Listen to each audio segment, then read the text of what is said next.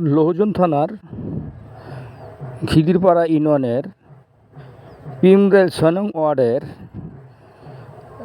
দুর্গাপূজা উৎসব আজ রবিবার ঢোল-ঢক্কর বাজিয়ে এই উৎসবটি আজ শুরু হতে যাচ্ছে। পূজা কমিটির সভাপতি মাধবচাঁদ রায় বলেন, ধর্ম যার যার, উৎসব সবার। তিনি আরও বলেন, এই জমকালো আয়োজনের মধ্য দিয়ে আগামী বৃহস্পতিবার সন্ধ্যা ৭টায় মাকে খুশি করে পূজা বিসর্জন দেওয়া হবে। পূজা মণ্ডপের মূর্তিগুলো নতুন সাজে রূপ নিয়েছে।